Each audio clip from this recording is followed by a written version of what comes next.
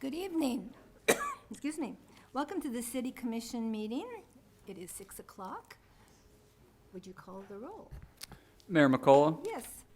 Commissioner Adamchak, Here. Commissioner Opelt, Here.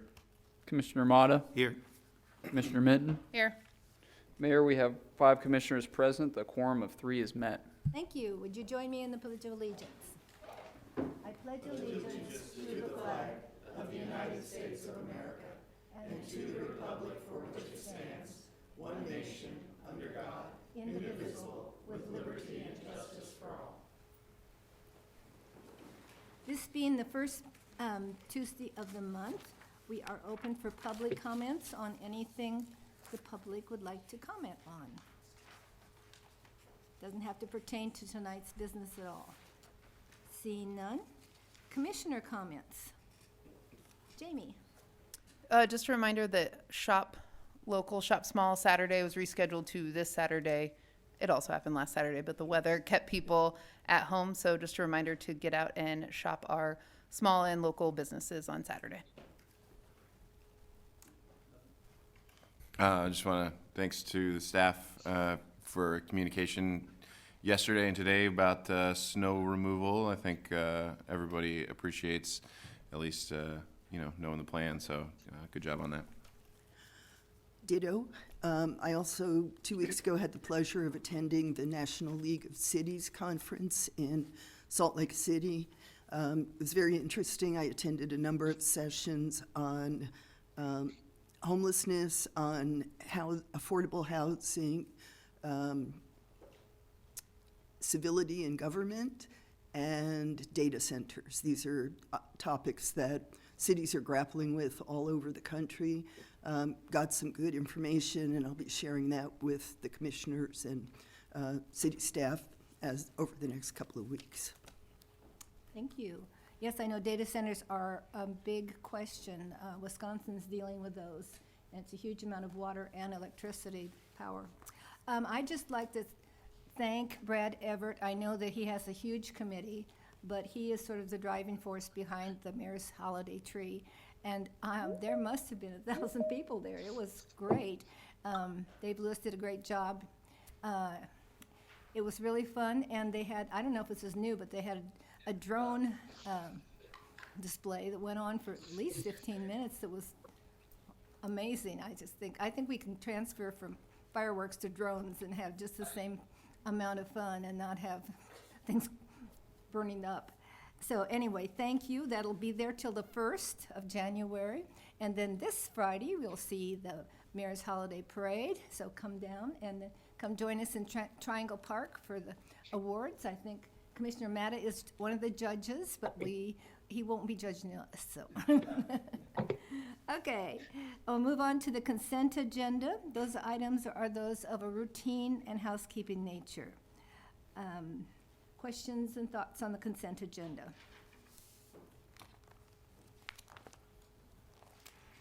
I just wanted to point out Resolution F1, which is allowing us to make some expanded investments with some of our cash balances that we have. I think this is a really good strategy to use some of that for short-term investments to try and make those cash balances work for us a little bit better, and hopefully, bring some positive result with that. And I appreciate the strategy and the effort for that. Yep, the Kansas Pooled Money Fund investment has been used by Riley County a lot, and it's a very good return. So, good idea. Other questions? Is there any public comment on any of the items on the consent agenda? Nothing anybody wants removed from the consent agenda. I would entertain a motion on the consent agenda. I move we approve the consent agenda. Second. Moved and seconded. Jared, would you call the roll, please? Commissioner Adamchak, Yes. Commissioner Opelt, Yes. Commissioner Motta, Yes. Commissioner Minton, Yes. Mayor McCullough. Yes. Motion passes 5-0. Okay, we'll move on to the general agenda. We'll consider Community Support Funds Advisory Board recommendations.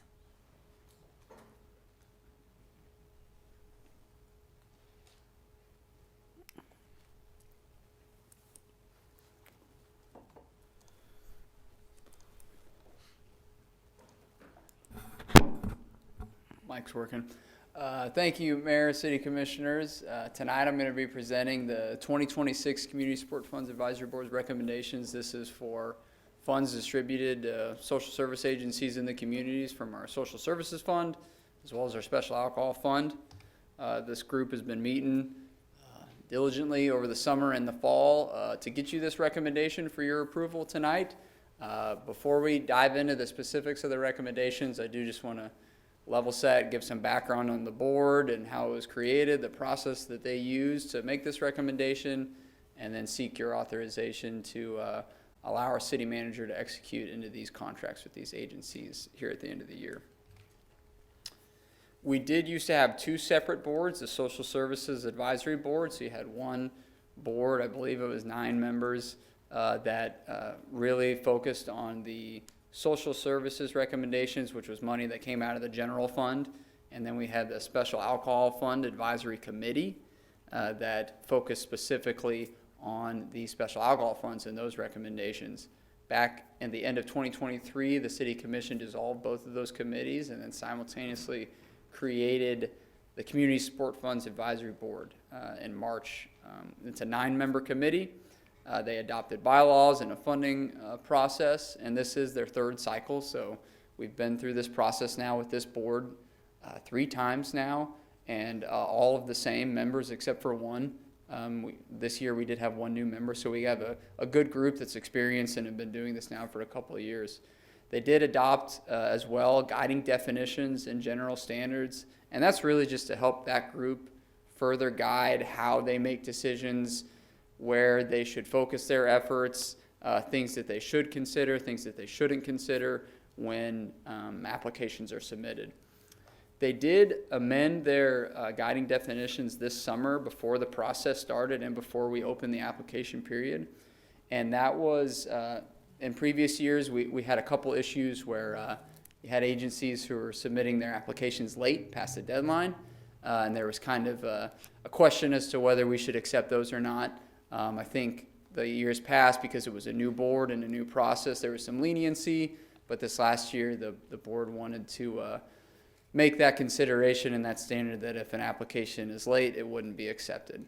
The other thing that the board does require is an interview process. So in the spring, I'll get to it, but each agency comes and has 5 minutes with the board to just talk about their application and then answer any questions.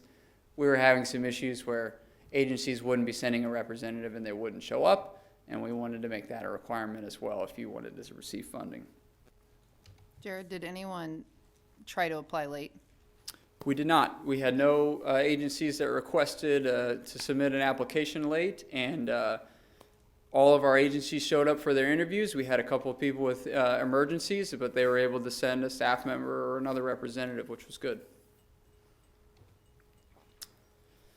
We opened the application period this summer. It was open for a little over 30 days, July 10th through August 11th.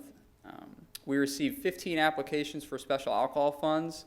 That is 3 less than we provided funding to agencies last year. So there were 3 less agencies that applied this year, and it was about $80,000 less. So last year we gave out $550,000 in special alcohol funds. That budget remained flat into 2026. But in requests, we received a little over $634,000. And as I was saying there, so there was a little bit less to cut this year, but still more than what was available. So the board had to do some work there. And then we received 21 applications for social services funds. And that was also 3 less than last year. Same funding available this year. And then you can see there, it's a little bit, $645,000 over what was available. One thing to remind the City Commission was that in the 2026 budget process, we dedicated $100,000 of that total from the opioid funds to help offset the general fund impact for this year's budget. And I'll describe a little bit more in detail about how we're going about that here soon. As I mentioned, we have interview processes, so it's a full night where we start here at 5:30, and you got 15, 18 agencies rolling through, and they they take a good 5 minutes to tell the board about their agency and what their specific application is and the purpose and how they're going to use the funds. And then the following meeting, so we did special alcohol in September. We did the interviews on September 3rd. The following meeting, 2 weeks later, the board would deliberate and make their recommendations. And then we come back and do the same process again in October for the social services funds. We did interviews on October 1st, and then we had our final deliberations on October 15th. This was in your packet. This is just a breakdown of the agencies that requested. There is some just background information too on what they requested in previous years and received in previous years.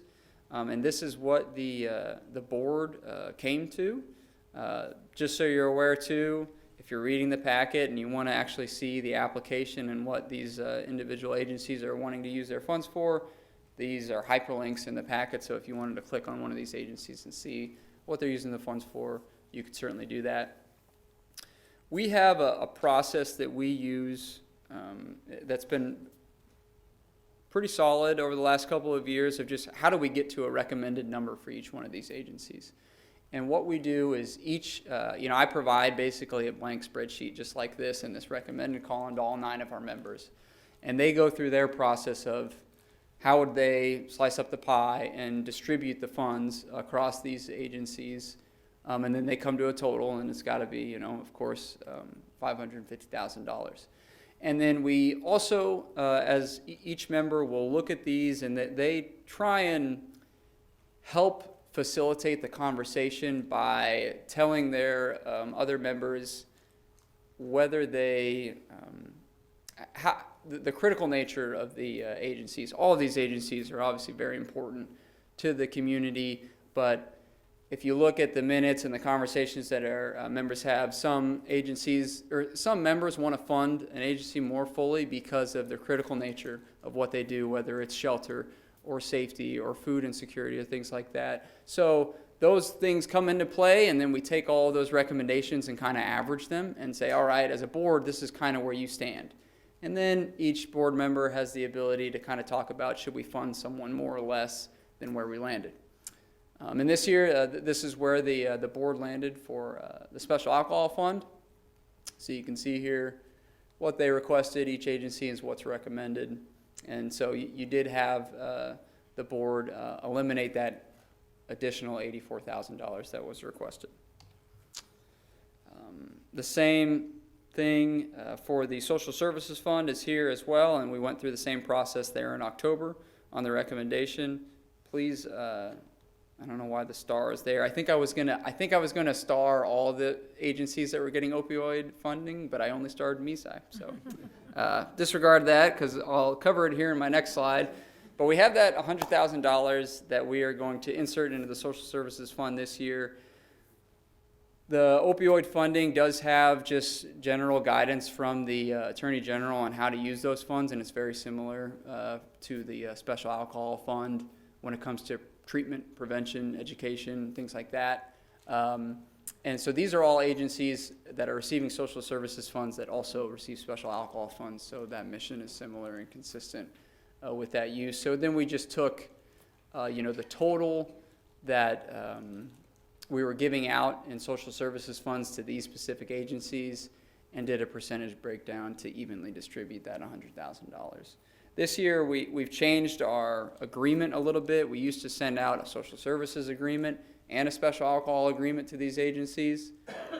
As the person who sends those emails and gets those signatures and all that stuff, I'm glad our city attorney, Katie Jackson, turned that into one agreement this year. So if you are receiving both funds, we'll break that out in the agreement. And then how it has always worked is these agencies will get these signed here by the end of the year, and then the agencies receive their allotment and quarterly installments throughout the year. So I'd be happy to take any questions. I do want to note, too, our vice chair of our committee, Lisa Sisley, is here. If you have any questions, she said she would be happy to come up here and talk to you all as well if you have any specific questions about the process. Questions for Jared? I'd like to ask Lisa how she would improve the process next year, if you have any quick comments off the top of your head. Commissioner, one thing that comes to the top of my mind is that we discussed developing a matrix for the 4 categories of importance. I guess we could say that we allot to the various requests.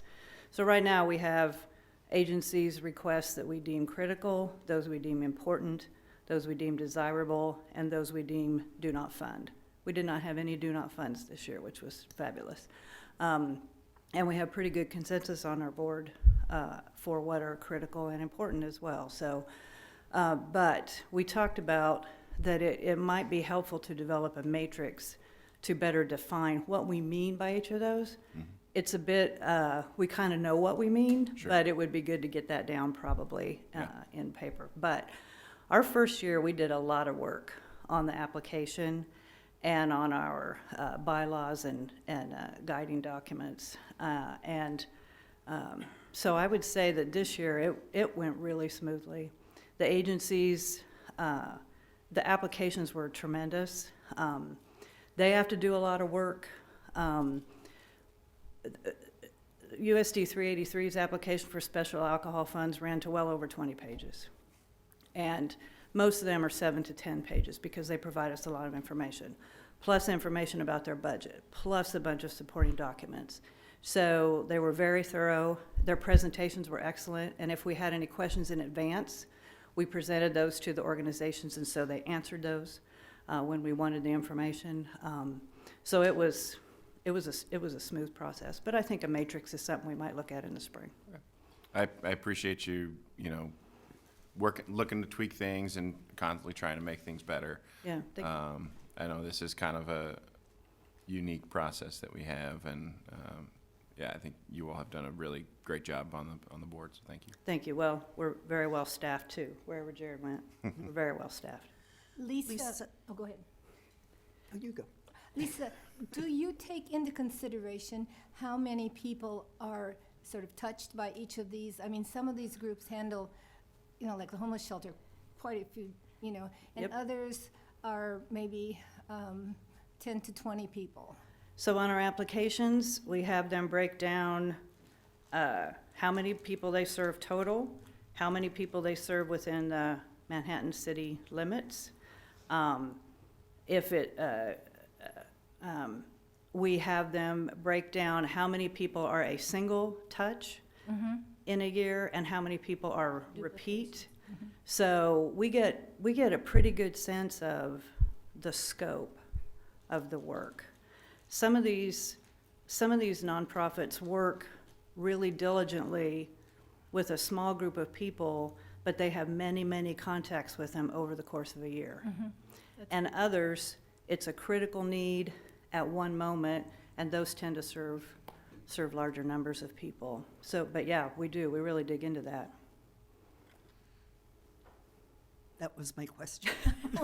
You're just a lot of Sorry. dittos tonight, aren't you? Anything else, commissioners? No, just thank you and thank your board and thank all the boards that do so much for us, getting, the right kind of information to the commission. And we really appreciate, I know how much, I've been on your board and it's a real task, and it's a real task when you have to cut. It's very difficult to cut. I mean, if we could make up that, 100,000-ish that we were short for each of these, funds, that'd be awesome.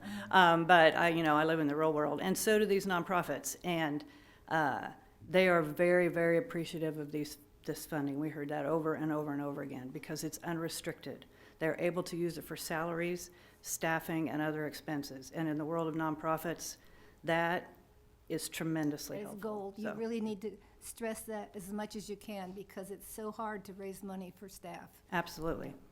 Yeah, absolutely. So, thank you. Actually, sorry. Yes, I did think of another question. So I noticed that some of the requests were cut pretty substantially, and several were cut just by several $100s.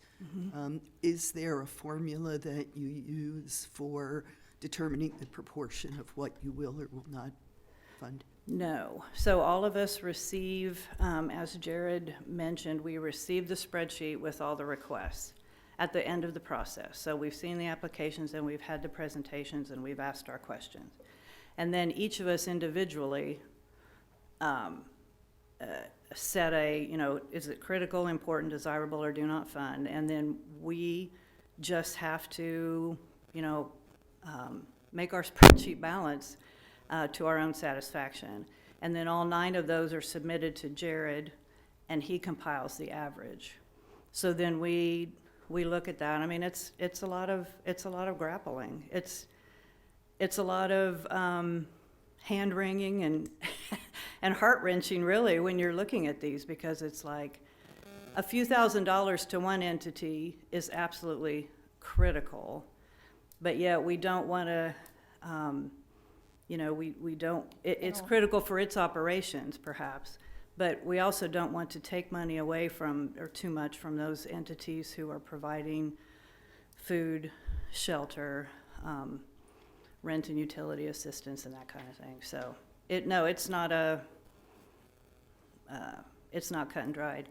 I do feel that a matrix may help us get closer to something like that, but we do not have a formula. And I would probably feel a little bit more comfortable and I understand that this is the average of 9 different individuals, but I'd probably encourage you to try to be a little bit more systematic in that regard. Susan, I'd join you on that as well, like maybe weighting critical gets this many points and kind of so on, and figure out where the math hits on all of them. yeah, then it would be applying a formula to that to determine, how that would impact the particular, number of dollars. Yeah. And then we would also have to weigh it against how much of an increase the organization asked for. For instance, MESI has asked, up until this year, they've asked for $89,000 and some change for years and years and years, the exact same amount of money. This year, they asked for $100,000. They've lost federal funding. Some of it's been restored, then it's been taken away. They don't know what next year is going to bring. So our allocation was 93 something. It wasn't the full 100. But then, that's that much less money for other critical organizations. I mean, it's kind of a no-win situation, really. Yeah, I mean, I think you guys had a tough job, and I do think you make a good point. There's a lot of other considerations that you have to put into it Yeah. Outside of the immediate. Is there a reserve fund? The special alcohol fund does have a cash balance. Okay, We've used that in the past couple of years to help fund one of the positions at the Riley At the County Police jail, Department. uh-huh. I believe Yeah. it was the mental health co-responder. Yeah. So that cash balance dwindles a little bit. I don't believe there's much of a balance from the And social is there a services chance to perspective. ask for special needs during the year, or is this a one and done thing? Because Judge Bosch called me in September because they lost the federal money for the drug court. And of course, that has a real impact on the jail, which has a real impact on our costs. And our city manager said that there was, no kind of fund we'd have to, and I just wondered, is there a chance to come back when you have something like that truly would save some dollars? The only issue there is that there really isn't money available to come back mid-year because you all approve that 2026 budget each year with a budget limit, and this commission or this board gives out that full amount.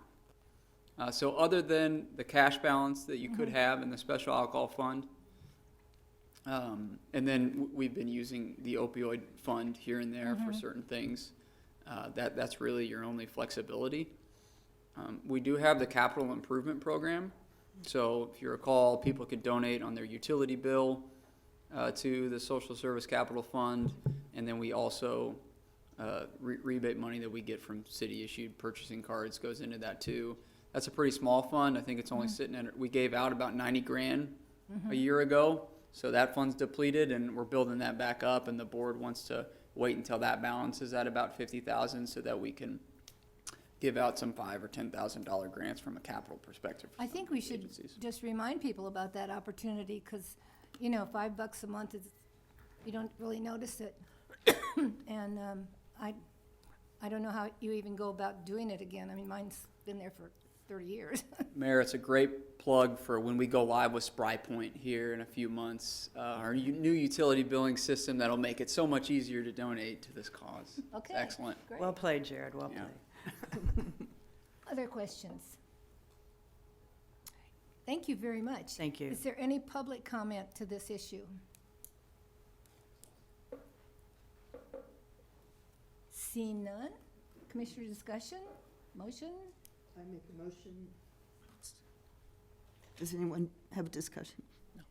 I would like to make a motion that we approve the 2026 Community Support Funds Advisory Board funding recommendations for special alcohol funds and social service funds, and authorize the city manager to execute the 2026 grant agreements with the respective agencies. Second? Jared, would you call the roll, please? Commissioner Opelt, Yes. Commissioner Motta, Yes. Commissioner Minton, Yes. Mayor McCullough, Yes. Commissioner Adamchak. Yes. Motion passes 5-0.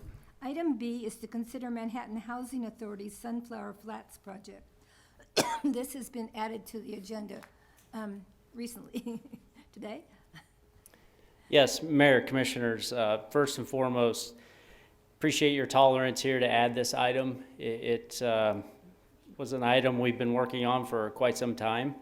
Before I go any further, I would like to acknowledge Stephanie Peterson, Katie Jackson from our staff, who have been working with Manhattan Housing Authority and their developer ongoing at least 18 months, possibly 24.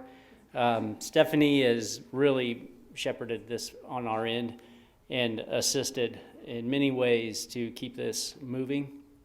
Just want to acknowledge her before we really get going.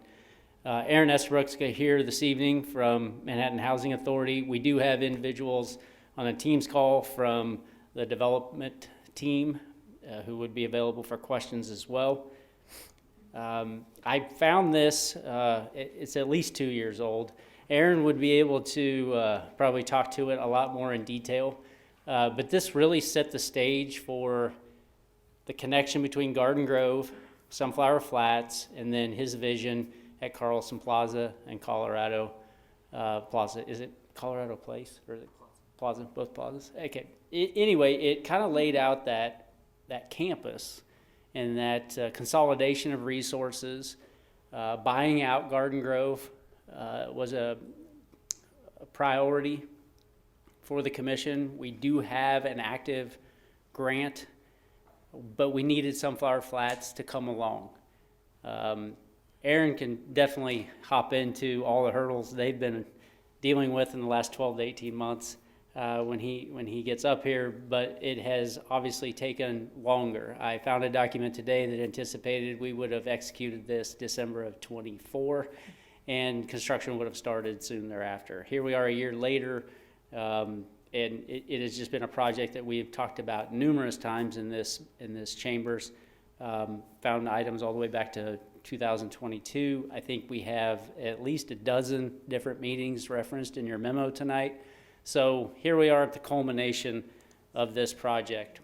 This is 5th and Pierre. This is the parking lot the city currently owns and operates today, right across the street from the Boys and Girls Club. And this is the proposed development. On the western side is Lot 1. Lot 2 would remain as a city parking lot in this scenario. The development that is being proposed, we had identified as he's called out as the Sunflower Flats. I think I have a better description in here. Maybe not. The project itself, Aaron can elaborate on, but the development agreement tonight, there are 3 agreements we are asking for your consideration. The development agreement, the public infrastructure agreement, and then the solar panels. There are solar panels. They're seeking a grant this evening to assist with the construction of those at the site. So the development agreement talks about transferring Lot 1 to MHA. As I mentioned, we would retain Lot 2. They would use it for construction staging. And then they would rehab and refacilitate the parking lot and the alley adjacent to the project once it is done. The development agreement calls out contingencies. They have applied for and received a building permit. They are still awaiting some necessary governmental approvals. Tonight and before we close, they will also provide an itemized cost and source to complete the project. Title policy also still being pursued. There is a restrictive covenant within the agreement, and it calls out that the site itself would need to be used for affordable housing. It does call out a completion date at the end of 2028. It also talks about how that site would need to be used for 2 years consecutively. There are reversionary clauses within this restrictive covenant. We have to acknowledge, as that's also part of this, that the first priority would be with that senior lender. So it wouldn't just automatically revert to the city. In the event these things didn't occur, there would be consideration for that lender and the position on that mortgage on that property before our consideration to revert would come into play. Jason? Yep. I was a little confused when I was reading this earlier. Occupancy for 2 consecutive years. Is that per unit? Is it the entire building? Is there a proportion that needs to be fully occupied? And Katie has this off the top of her head. I can pull the agreement up. I do recall reading it, and it did talk about occupancy of the building. I don't know if we draw out percentages. She's She nodding. may have something ready.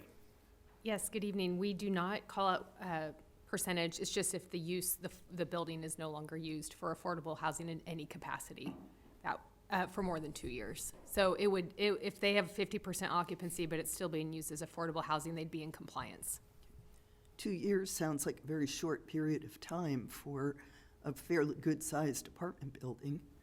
Wouldn't we hope it would be used for affordable housing for 5 years, 10 years? It's the opposite. If it's not used for affordable housing for 2 consecutive years, then the city can invoke its right to have the property revert to it, subject to the senior lender, or we can enforce that affordable housing use. Okay. And how long is the restrictive covenant? Is that for the perpetuity or? Yes, Okay. it runs with the real estate. Okay. Thank you both. Public infrastructure, again, this is dealing with the alley and the parking lot adjacent to the development itself. All these costs will be on the developer 100%. They estimate those at just under $225,000. They will need our permission to go ahead and construct and repair. This will provide that. But essentially, they're going to take out some poles that are supporting overhead power. They'll be responsible for essentially 2/3 of the alley, and they'll be responsible for our parking lot as well. Solar panels. This request is surfaced here within the last couple months. They're seeking $310,000 in assistance from the city to install these. I'm sure Aaron can elaborate and get into these details a little bit more.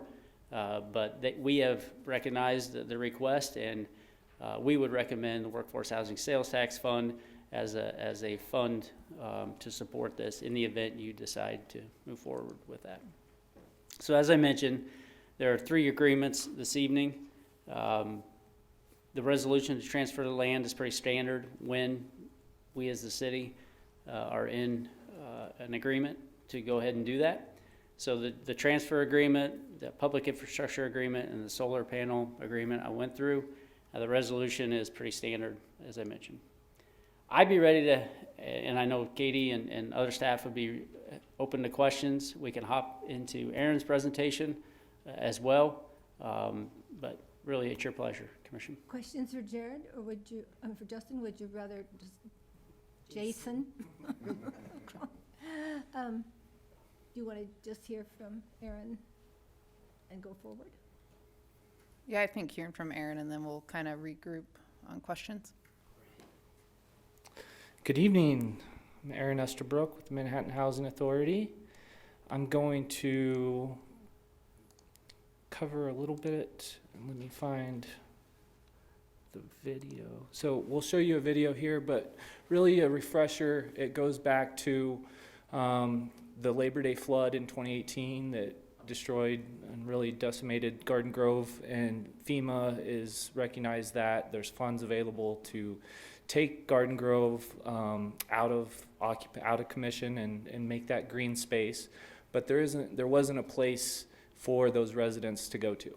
And so Sunflower Flats, and this has been, as Jason indicated multiple times, a long haul of a process, but we wanted to solve the problem of Garden Grove residents needing a place to live. And so we found space across from Carlson with our co-developer. We did an RFP to get proposals for different co-developers, and we selected Oikos. Michael Snodgrass and his team is on the call.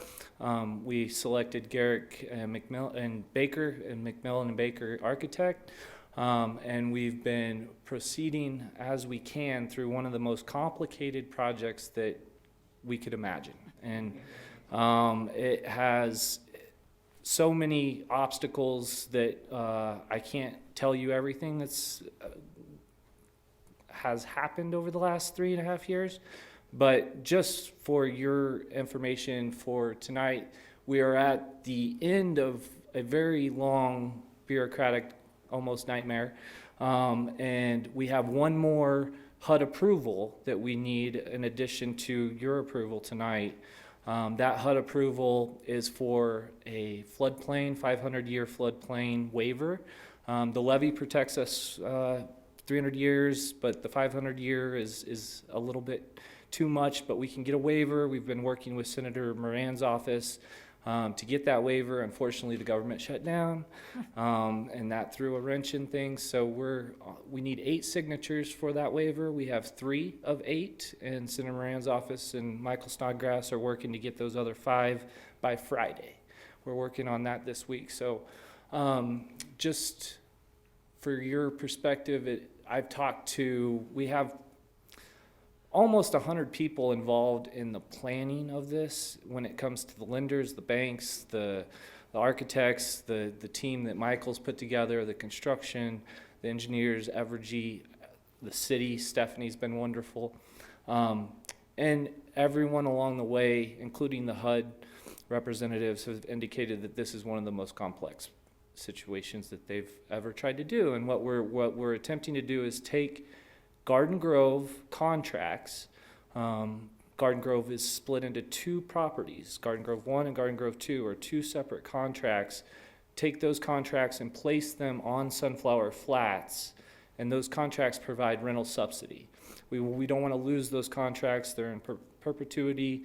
It's kind of like a Section 8 program that funds the rental subsidies. So that is still in process. We're about 4 months away from those contracts being transferred, but it's in motion and moving.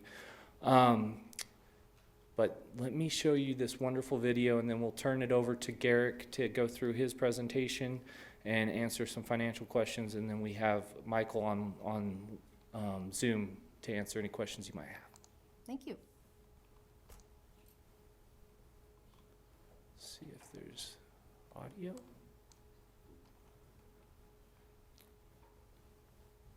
Jared, how do I do audio?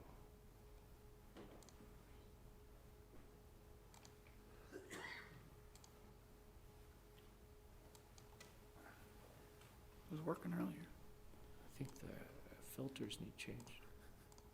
I'm not sure what's happening.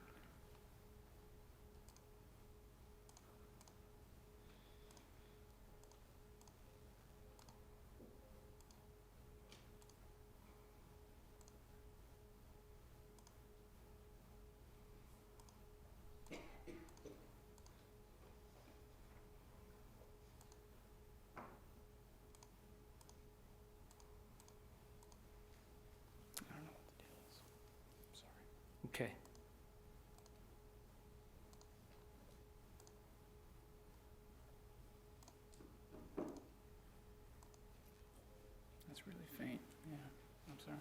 okay. All right.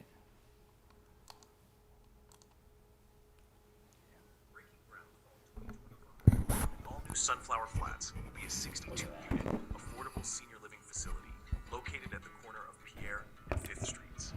The project is made possible through a $1.5 million abode grant awarded by the State of Kansas Commerce Department, along with low-income housing tax credits. During the flooding of Wildcat Creek in 2019, residents of Garden Grove Apartments were displaced, and the property was deemed an area of concern due to the potential of future flooding events. Following the flood, efforts were made to relocate the Garden Grove residents to a new property, which led to the Manhattan Housing Authority and the City of Manhattan issuing a request for proposals for a new affordable living facility. Oikos Development was awarded the project in 2021, and the abode grant was received in 2023. During the summer of 2024, the project was granted low-income housing tax credits, which provided the main funding source of the project. The LIHTC program is administered by the Kansas Housing Resource Corporation, with funds made available through HUD and the state of Kansas. The federal government allocates funds to the LIHTC program annually, and during the award period, the state of Kansas offered a dollar-for-dollar match from state funds. This funding mechanism harnesses state and federal funds to construct the project without placing a financial burden on local residents. The project will cost roughly $16.5 million and funded almost entirely from these available resources. Studies have shown that for every dollar spent on constructing affordable housing, the economic impact can be as much as $5.79. This project has the potential to have an economic impact of as much as $95 million on the local economy. With more conservative estimates, the economic impact could still be as much as $33 million. Regardless, the investment in low-income housing provides affordable housing while also encouraging economic growth for the local economy.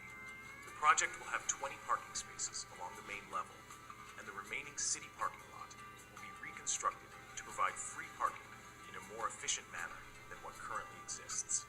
Inside, residents will have the use of a sunflower room, a community room, accompanied by restrooms and kitchen. The kitchen will be equipped with a serving window for larger gatherings when all of the tenants come together for meals or celebrations. Also, along the main floor is the mailroom with a mailbox dedicated to each unit. A laundry room is offered so that the residents do not need to leave the premises to do their laundry. The leasing agent's office will also be situated on the main level so that tenants can easily reach the property manager in the event they need assistance. A large open space will be available, like a puzzle room, library, reservable space, or any other purpose that the residents may find. A secure rooftop patio allows residents an outdoor gathering space at the second level and is only accessible by tenants of the building.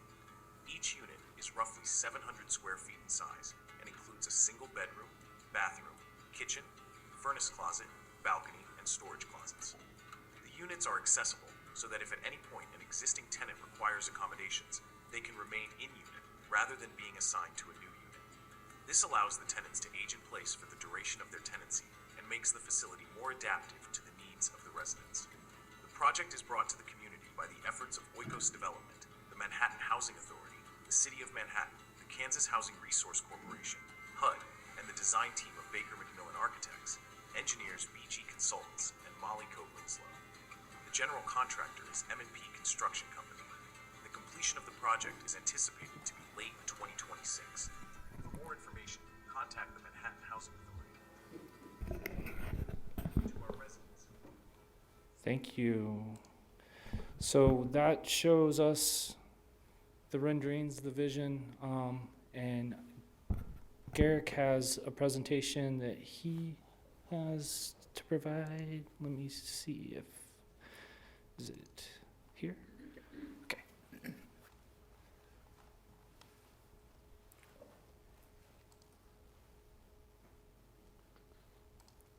That didn't work. Well, good evening, Commissioners, Mayor. I want to reiterate kind of what Jason led off with, that city staff has been amazing to work with within the last couple of months. They have really had an uphill battle and helped us get us to this finish line. And I counted up earlier today, we've had roughly 75 people involved in this entire process. So there have been a lot of people helping out and supporting this project and really want to see it through. So that number also includes you all, but thank you very much for that. Everybody has pretty well explained the project quite well so far. I'm just going to fly through a few of these slides really quick. Again, just in case you're wondering about the lot and where it's located. Mainly, since the last time we had presented to you, I believe back in February, the building has stayed the same. We have modified the main level a little bit for more accessibility and more storage and things like that. But we have 16 units per floor, with the exception of the 5th floor. We'll have 14 for the total of 62. And as the video alluded to, each one of these units, if you see that dashed circle in there, that is a turning radius for a wheelchair. So each one of these units, all 62, are designed to be accessible so that if at any time one of the residents becomes needing some assistance or something like that, they are allowed to stay in their unit without having to move to an ADA unit. It already is. So we were very cognizant of making sure that everybody is staying place where they're at for the long term. I won't show you all of the renderings here because we just saw all of those. Then also, as Jason had mentioned, we do have some public infrastructure items that we are considering. So I'm going to call these Zone 1, Zone 2, and Zone 3. So Zone 1 is considered that alleyway behind our building and behind the Houston Street Ballroom. Right now, there are some electrical poles that will need to come down, and we are going to bury all of the electrical underground at that location. Further down, we have more transmission lines that are not suitable to be moved at this time, according to Evergy. So at that point, midway in Zone 2, we are bringing that electrical back above ground and then continuing on service just as normal through there. So all of the repaving and underground electric, all of that is included in that developer cost there. Zone 2 will revert back to the city parking lot there with those 50 spaces. Again, partially underground electric, but then partially above ground as well. Zone 3, as it's kind of outlined there, that is the city portion of the alleyway. So with the completion of all 3 zones, the alley from 4th to 5th Street will be completely repaved then, so that everything is nice and even through there. And we're working with our contractor to get an estimate for that, and if I can move the mouse, it's about $42,000 just to repave the city portion, that Zone 3 only. The developer is paying for Zone 1 and Zone 2. It shows $830,000. That's the entire site work budget there, so all of the underground, all of the parking, building included there. Moving on to some of our budget here. Let me actually zoom in on this here so we can actually see it. So here's all of the different funding mechanisms that are coming through. So there is a permanent mortgage that is established with it. Then the Abode grant, that was awarded a few years ago, and that is a matching $1.5 million grant. So we will be working on expending that as well. And then there's a few other items that Michael can go through and explain there. You'll see that this shows $29 million, and I believe that's because the construction loan is included in there. It's also shown on the expenses, so income and expenses, it's going to cancel that out to where it's resembling that $12 million.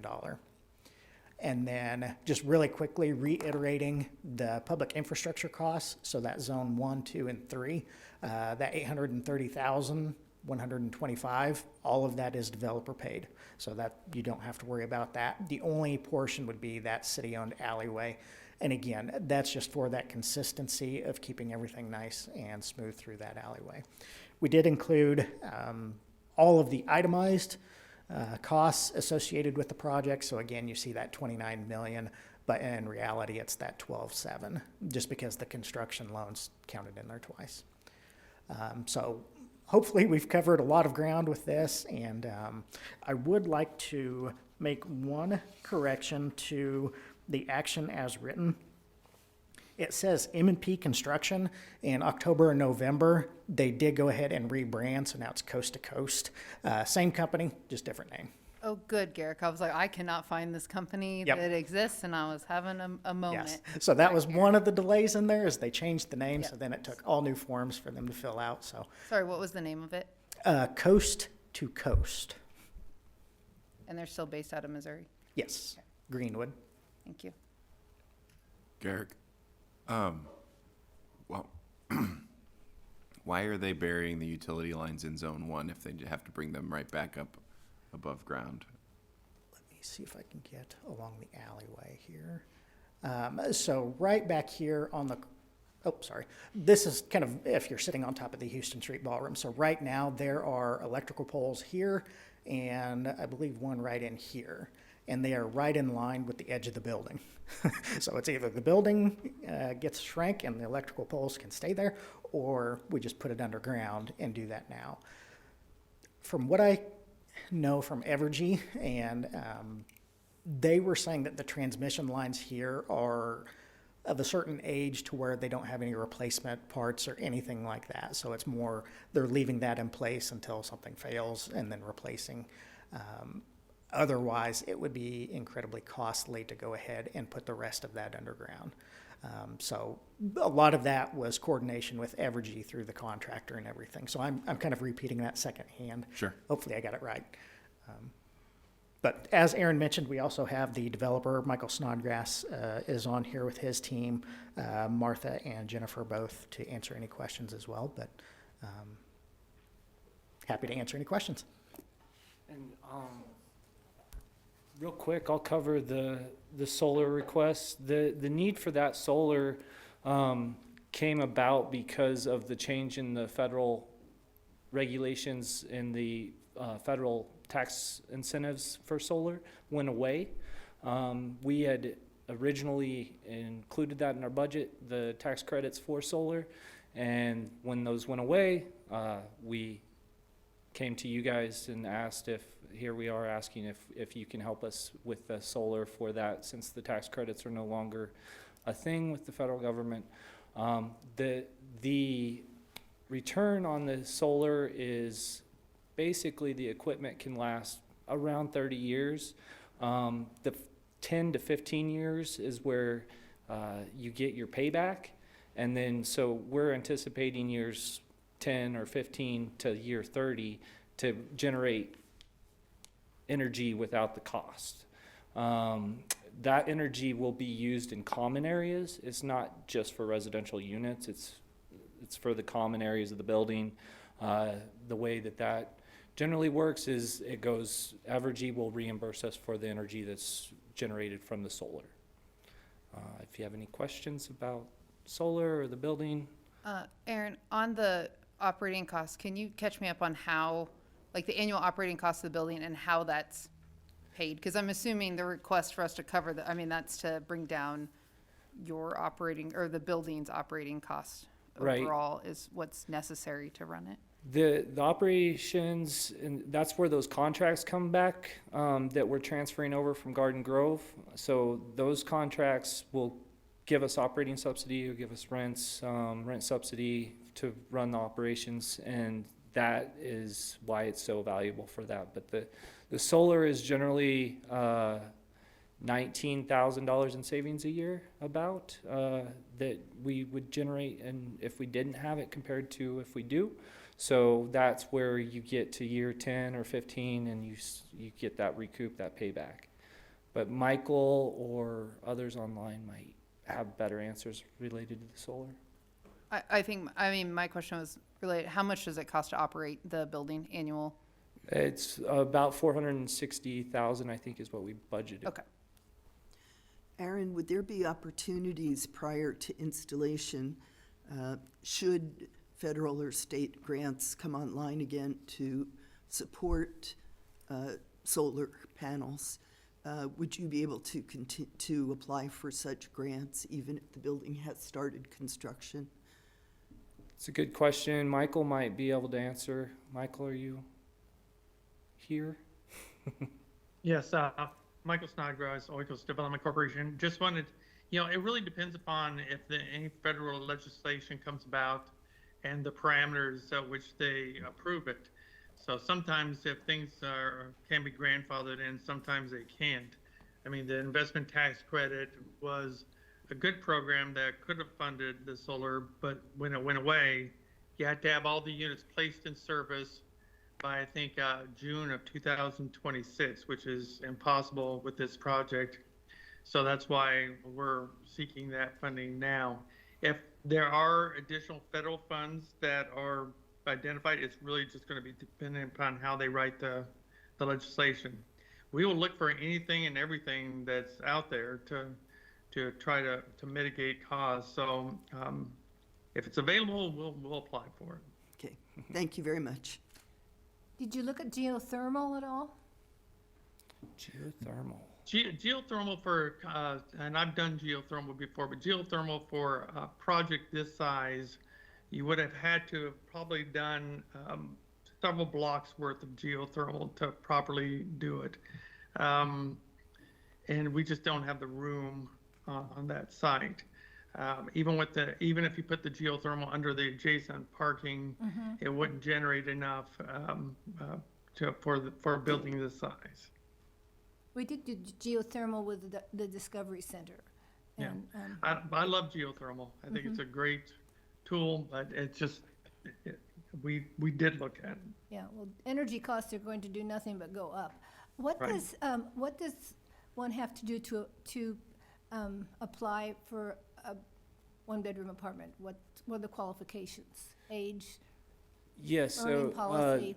Garden Grove, the contracts kind of set the eligibility, and they're generally 62 or over age-wise. There isn't, I believe, a waiver if you have a disability.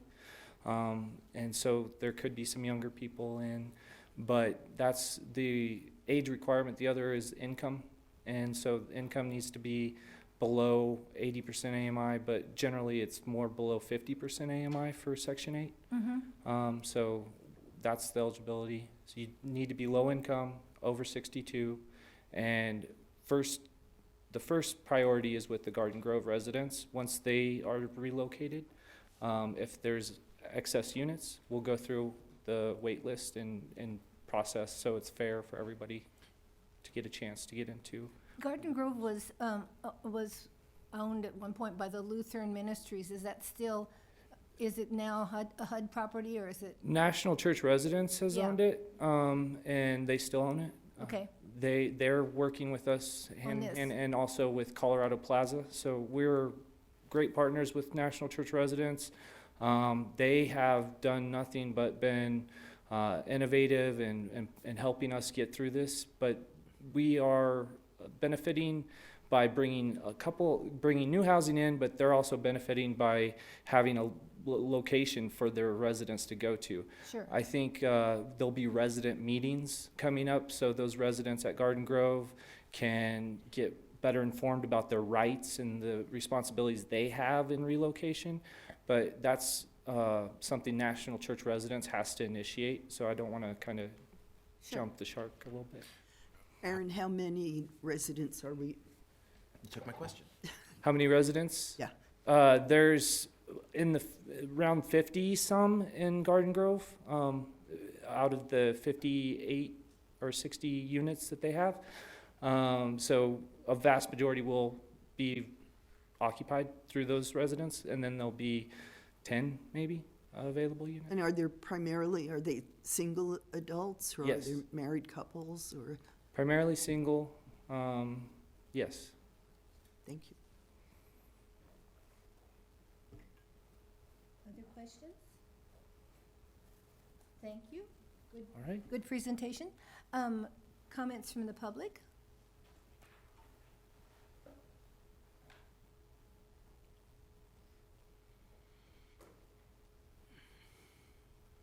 I'll sign later. You can sign after you speak. Yeah. Donna Shankamlin, 1922 Leavenworth Street. I'm coming in my capacity as a coordinator for a group called the Workforce Solar Housing Partnership. This involves K-State designers from the Net Positive Studio, Manhattan Area Technical College, Fort Riley's Home Builders Institute, Workforce training is as much, as well as workforce housing, an interest of this group. Job Corps, as well as Flint Hills Renewable Energy and Efficiency Cooperative. We want to commend everyone who has worked on this complex project for taking a multiplex building and allowing it to demonstrate what we should all be doing anyway, which is reducing our energy costs through renewable energy. I can't be prouder to have a affordable housing unit in the center of town with the enhancement of rooftop solar. It's not only good for the energy costs of each unit and for the shared space, but it's also good for the grid. During the most extreme hot days, you're capturing the energy you need directly in rooftop solar, which is also a boon to the whole system, taking the pressure off of other sources of energy. So I highly commend this project and find it entirely appropriate that workforce tax dollars should go to it. Thank you. Thank you. Donna, sign in. Dinah, you. Donna.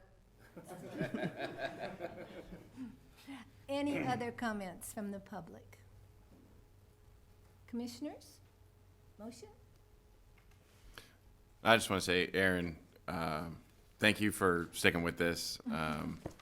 We've been talking about this the whole time I've been on the commission, and all of the hurdles that weren't there at first but got thrown in front of you, you just said, all right, let's figure it out. And you know, this is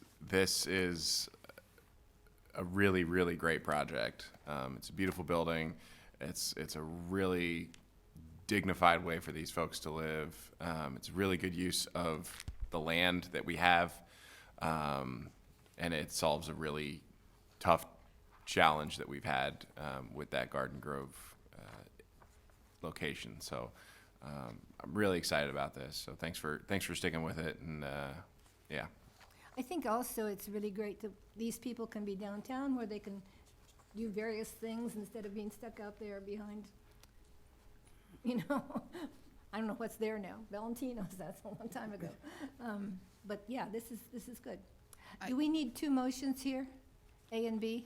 I had just a couple things I Okay, wanted to sure. bring up, if that's okay. Yeah. Some discussion thing. I just want to clarify, the Zone 3 infrastructure improvements that Garrick referenced, that's not included in this packet, is that right, Jason? Like, that's not something that we are making a decision on? That's correct. Late in the negotiations, we just eliminated Zone 3. We had originally obligated ourselves to go ahead and improve that. We're going to wait for the project to conclude itself, but we have indicated we will look at it and determine at that point in time if Zone 3 needs improved. Okay. I also just want to clarify a few things on, so completion date is in 2028. That's a occupancy that I just, Our occupancy, 2027, December, Michael can tell you the timeline for sure, but we're looking at closing December 31st of this year, and then it's 12 to 18 months of construction. So we would like to get in an occupancy by, let's say, January of 28. I think Exhibit C on the land transfer agreement actually gives you a week-by-week breakdown. okay. Can people hear you? I can pull that up for you, Jason? Jamie. Thank you. I just, Yeah. complete construction no later than March 31st, 2028 felt a little bit undefined. In my opinion, I just want to make sure we're not walking either party into something. And then same thing, the commence construction by February 28th, 2026. Is that a permit being pulled? Like, just trying to clarify some of those so that everyone's on the same page. Honestly, more for Aaron's benefit as well, making sure we're not. Yeah. Thank you. I did not see that. You bet. This way, I mean, what page is it? It's like 100 and some, but it is the project schedule. It's the Exhibit C in the land transfer and development agreement. They do anticipate site demo work starting January, concrete footings in February. You can follow it all the way down here. Parking lot completed in February. So we'll 27. count the site work as construction. Correct. Okay. Correct. And then it continues, they have that walkthrough then finalized in 27. Okay, so we're giving a year grace period, it looks like. Am I reading that right? That's, I mean, March of 2027 with a January of 2026 start, you know, it's about a 15, 16-month period. Where are you, Yes, and the where are you construction seeing the complete no later 2028 date? in the development agreement. I was just, that's Yes, fine, that feels yes, reasonable. There's cushion. I was worried that we were that Trying to with get you like, right. yeah, with 2 weeks, and I didn't want us locked into Correct. something Correct. unrealistic, knowing that construction Yeah. goes when you start in The weather, in January. right? And dealing with HUD. Yes. Does anyone else have questions? I may have some more thoughts, maybe. I just had some comments. Can I echo what Peter said? Also to thank Aaron and the 75 to 100 people that have been working on this. I'm on the Housing Authority Board. This actually started on the commission before this one, getting this going. Really good board that they have over there, and want to thank them. Just glad and hoping we get this passed before I'm off the commission here. But saying that, it's really just the start of that whole complex down there. Next is Carlson, and then finishing up Colorado Plaza and getting that whole thing going. I didn't have enough bandwidth to stay for all of that, but definitely looking forward to getting this done and getting it kicked off. I mean, Aaron, I do just want to, I'm very supportive of the project. I think from a contract standpoint, I'm not loving that we don't have the first opportunity if something doesn't happen for the city to retain that it first goes through the lender, if that's the right term. So I think in future, something to, I'm sure you guys worked out those details, but fight a little bit harder for, just so we could continue to have control of that. But overall, supportive of the project. Thank you, Commissioner Mata, for your service to our board. It's been much appreciated. You've added that slide that Jason brought up earlier, you created. So you've been instrumental in this entire process. I move that we authorize the city administration to finalize and the mayor and city clerk to execute a land transfer and development agreement with Manhattan Housing Authority and Sunflower Flats Owner LP, a public infrastructure construction agreement with Sunflower Flats Owner LP and Coast to Coast Construction LLC, a workforce housing sales tax grant for solar panels with MHA, and authorize the mayor and city clerk to execute other related documents. Second. Jared, would you call the roll, please? Commissioner Motta, Yes. Commissioner Minton, Yes. Mayor McCullough, Yes. Commissioner Adamchak, Yes. Commissioner Opelt. Yes. Motion passes 5-0. Okay. Move that we approve resolution number 120225 tax C, authorizing the transfer of city property to MHA. Second. Jared, do your magic. Commissioner Minton, Yes. Mayor McCullough, Yes. Commissioner Adamchak, Yes. Commissioner Opelt, Yes. Commissioner Motta. Yes. Motion passes 5-0. I think we should call it Sunflower Heights, not Sunflower Flats. Okay, we have an executive session. Mayor McCullough, before we go into executive session, I did want to clarify really quickly on a comment that you made when we were having our CISFAB, social services and alcohol funding conversation. You mentioned recovery court, and I wanted to let you know staff did work with Megan Lewis with Recovery Court and the Riley County Corrections Group earlier this year. They were able to secure funding and be able to continue operations through 2025. And we were able to work with them. And we do have an agreement with them that the commission will take action on December 16th to allocate $30,000 of our opioid funds to keep Recovery Court moving forward. That's fantastic. We should, I wouldn't have criticized. Okay. Executive session, I think the plan was 45 minutes, 50. 50 minutes. Okay, we could go till 8 o'clock. Perfect. Do I hear a motion to, I'll say it. You got it. I move we recess into executive session to conduct the annual performance evaluation of the city manager pursuant to the exception set forth in KSA 754319B1, allowing for discussion of personnel matters of non-elected personnel, and to resume the open meeting at 8 PM in the city commission room. Second. Mayor McCullough, yes? Commissioner Adamczyk, Yes. Commissioner Opelt, Yes. Commissioner Motta, Yes. Commissioner Minton, Yes. motion passes 5-0. Okay.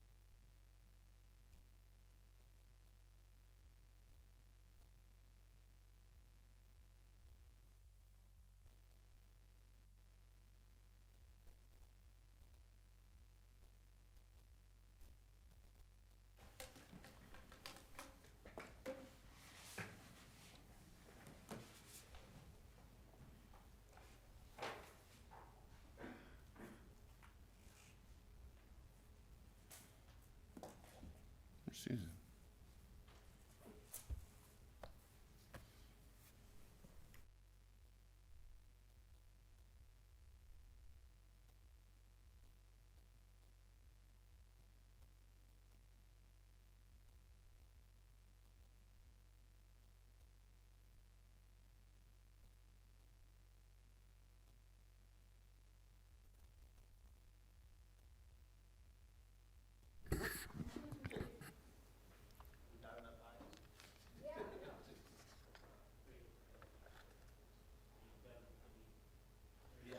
I do believe, Mayor, if you'll say that no binding action was taken, I think is in your script.